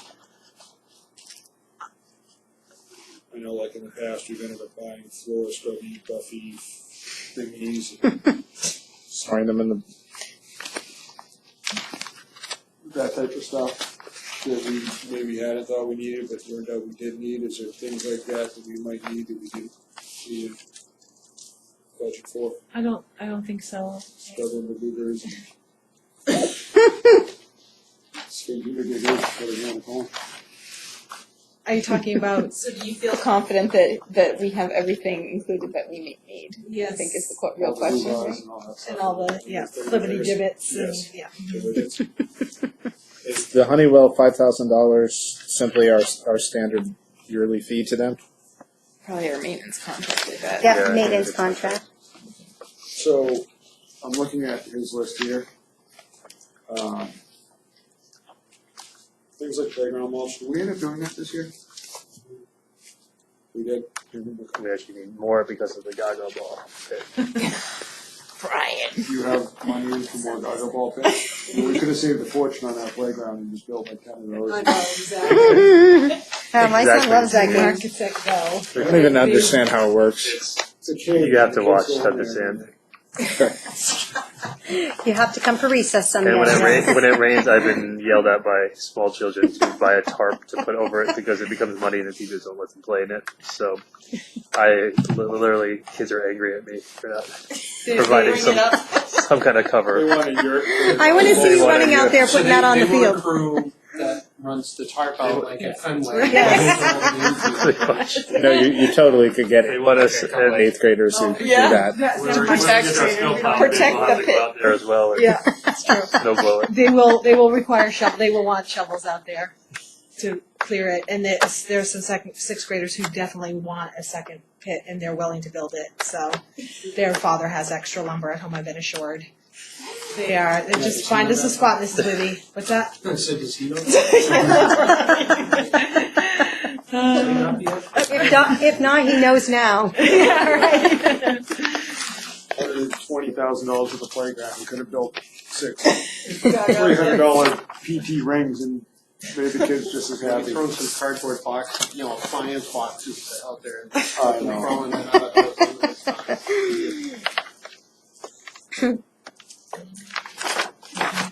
What page are we on now? So that was the last line on page 11 was those supplies. So we can, unless you have any questions on 11, we can move to page 12. We are getting to the end. Contracted services is up 9,600. That's line 338. What? Oh, that's what we just looked at. We added $10,000 there for Entry doors? Yep. Painting the entry doors? Is snow removal in there? Is what? I'm It sorry? is, yeah. Snow removal's in that? Well, Yes. the best estimate that might change. So I think we have 20,000 for that. Yeah. I think we're gonna. Have them at the next meeting. When's that bid open? We'll have it at Closed yesterday. we'll have it at the next meeting. Okay. Well, did you want to put a bid in? I'd rather stick a spoon in my eye than. doing You don't wanna be up all night plowing? I am all night dealing with the people. Cause their machine broke down? They crash through things. Magic people. Fixes it. All right, so the next ones are line 3, this is transportation. The increase on line 343 is the annual contract. As well as line 346, the same thing. Why did 346 spike so much? Is there an extra? Because we originally only budgeted for 7 buses, but we need 8 buses. We need 8 buses. Is that what we had talked about? Every year we talk about the same. I don't know how many buses. When we were at the meeting with Kelly, she kept talking about an 8th bus, so I thought the 8th bus was running. And what's the bus? That meeting I The bus came is to. like 70,000. We have 7, It's about 50. we have 7 buses at DCS and 3 at Concord. Every year we have the same conversations. Do we Yeah, want we to do. have an 8th bus? Yeah, we do. Or do you leave it in the budget and all these? So this should say 3, not 1. Was there really only $3,000 in savings from charging? Remember a couple of years, I'm just looking between 1819 and the actual 1819. Sorry, Well, line 343, because there were so many combined buses and so many. so I remember last year we received several credits. It's only Because there was some issues from the prior year, and they had issued us some credits in the next year. And then I think there were some runs that didn't happen, so they've been crediting us. So I haven't seen those come in on the invoices. I physically receive all the invoices from Dale. So I see when they're giving us a credit, and I also notified them to let me know when a bus doesn't run and when we'll be receiving a credit, so I should be aware before the invoice comes. Yeah, I mean, it may be correct, but it felt like there was more than $3,000 in missed runs. But that's Are what they, There could have been, Would have been a contract increase too, though. yeah, we had a client, that's right, yeah. That makes sense. Okay. so do you want to keep an extra bus? Do you want to tackle that now? This is the presentation of the budgets. So you know, there's 8 buses in there. Should you like to take one out, there is the option. Special ed transportation, line 349 is down, but that's for summer. Special ed transportation throughout the year is up by 67,000. Again, that's based off of the students. That is not changeable. That is not changeable. Although it could change, depending on what happens with the students. You yourself may not change it. 351 athletic trips. So this will cover the volleyball away games. And the teams have been traveling more, so require some additional trips. The greater distances, they're traveling greater distances. Yep. Going to new white trash. Field trips, line 354, there's been $10,000 added to offset the cost of the 6th grade environmental camp. So that wasn't in there before, they're hoping to cover that for next year. Can you speak to that a little bit? 6th grade environmental camp is a big cost for 6th grade parents and 6th graders. There's been some fundraising efforts that, but there's a lot of fundraising going on in the middle school. They're competing with the 8th grade fundraisers as well.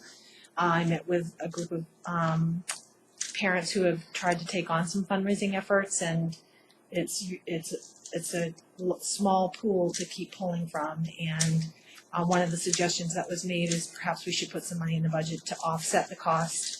The cost for environmental camp has increased from they're going to Sergeant Center now.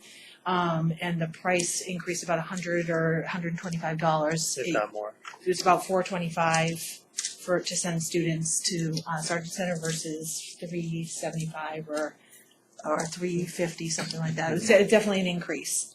But the opportunities at the Sergeant Center far outweigh the opportunities that they had at the other location. So, are we subsidizing the cost of camp with this, or are we subsidizing, because $10,000 is an awful lot of bus time, so is that? It's not- to not pay bus. for.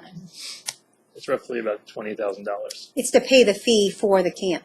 Not the bus. Oh, I'm sorry. Okay. I was still thinking buses, I'm sorry. So if we start down this road, I know the sixth grade it's a very educationally focused week.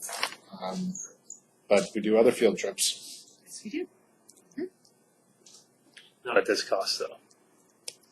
Most of our other field trips are $20, $30. That's We high send end. kids to New York City. Yeah. Yep.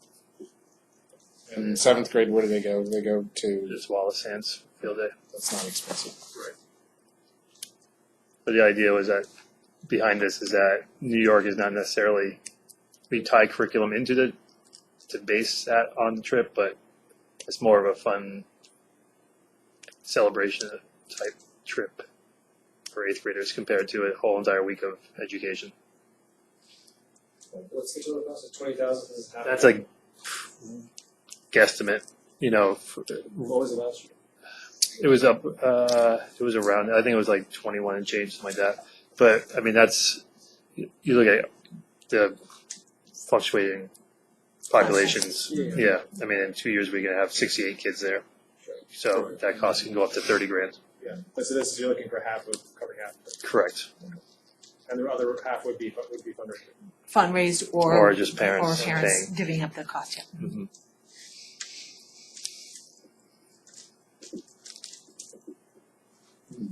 Something to think about.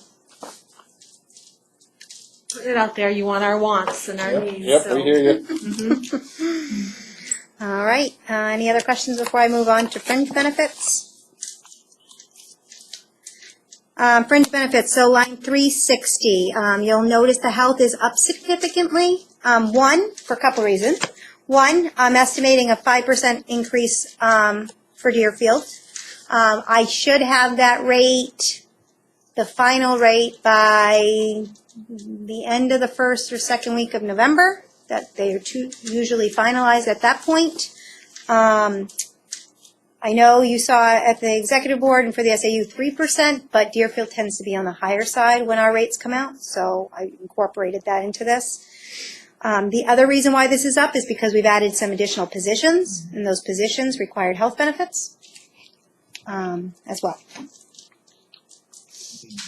Dental, the 3.9 is the actual increase we will receive. So a couple weeks ago, I had an estimate.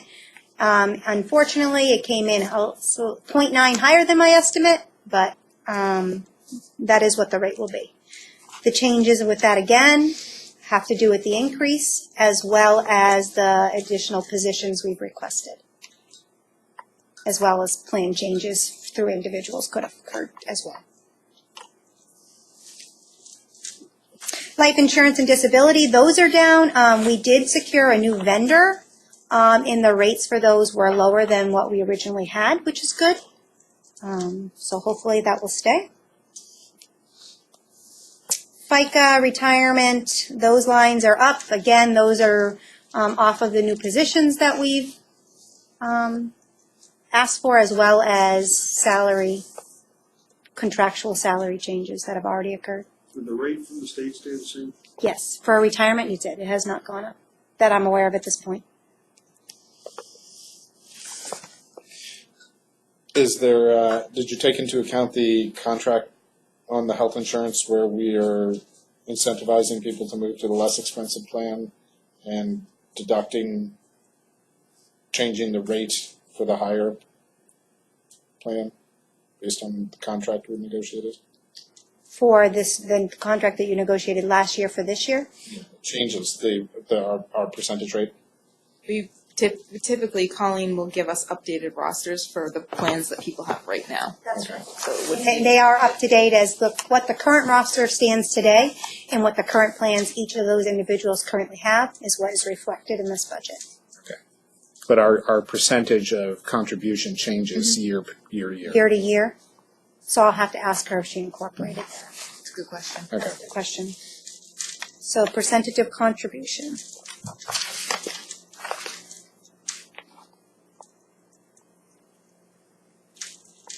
Those are pretty red. Yeah, we give less towards the more expensive plan each year of the contract. Encourage people to use the Like a other plan. 1%. I think it was a think 1% that sounds decrease a right. year. I'll double check and see. Okay.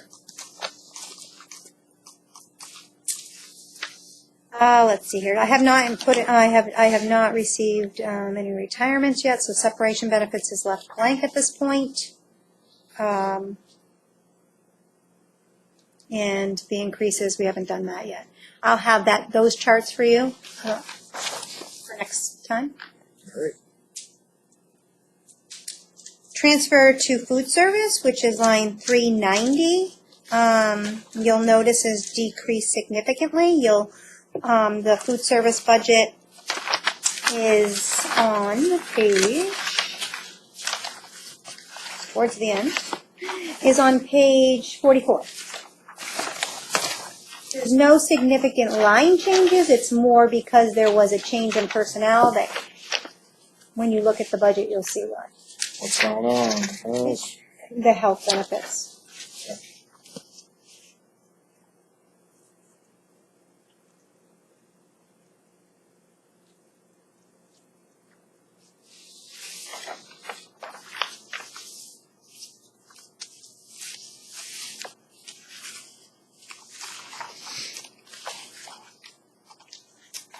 We're hoping, obviously, over time, now that we have a new food service director and once she's kind of gotten the lay of the land and has some data trends of her own, we can start to refine that budget more and more as each year goes on.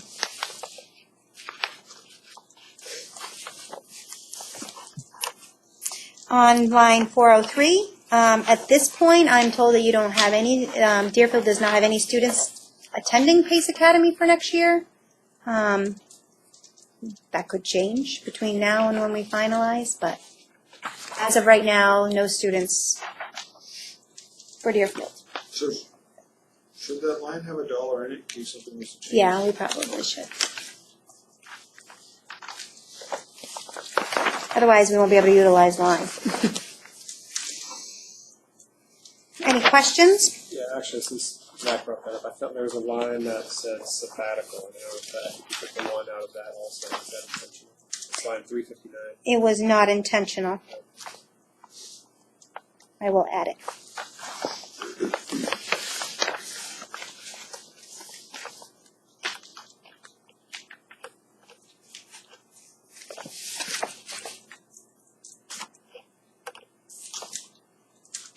All right.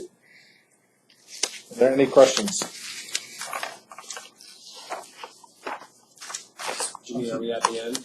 We We are are at the end. main budget.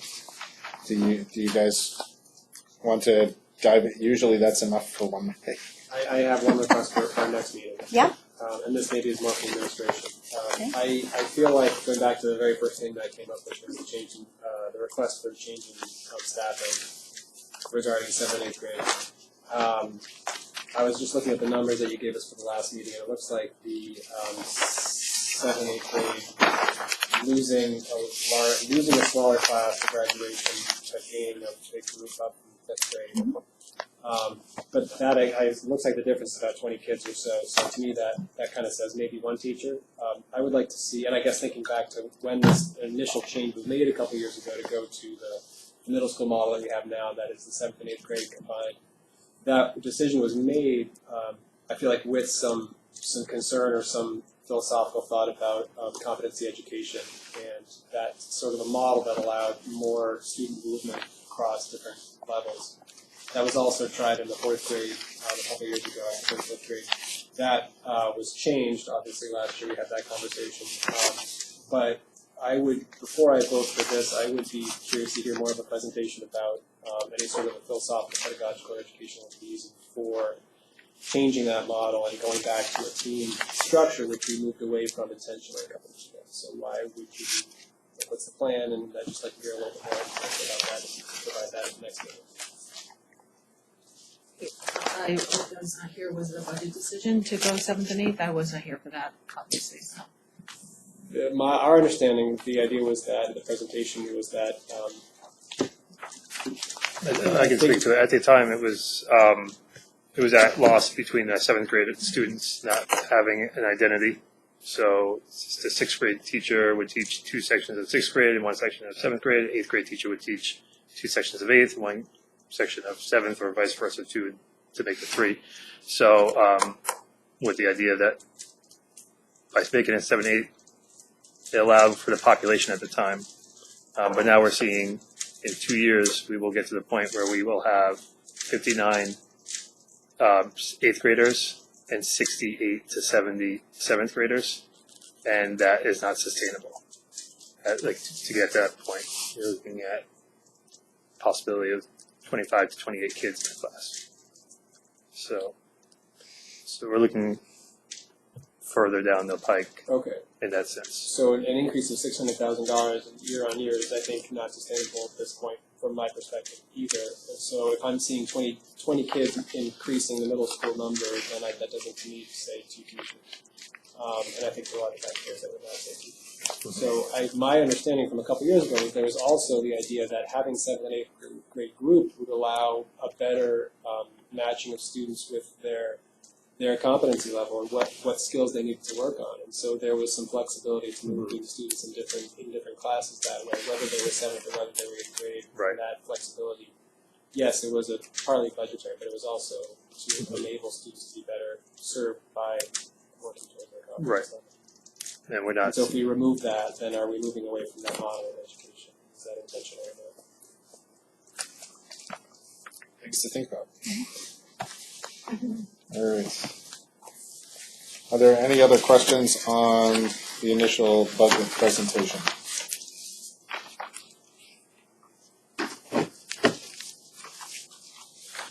All right. Anything else tonight, or? Non-public? That's all I have for budget. I would actually Citizens' comments. entertain adding another citizens' comments to the agenda. Citizens' comments. Is everybody okay with that? All right. We didn't have a second public comments section, but I know there's public here, so is there anybody else who would like to say anything? Or anyone who would like to say anything? No? Okay. All right, so next we did add a non-public session, and per NHRSA 91:3(2)(c), I would entertain a motion to go into non-public. So moved. Second. All right, roll call. Nate? Yes. Zach? Yes. Jim, yes. Gigi? Yes. Ken? Yes. At 8:10, we are going into non-public session. Thank you, everybody, for coming.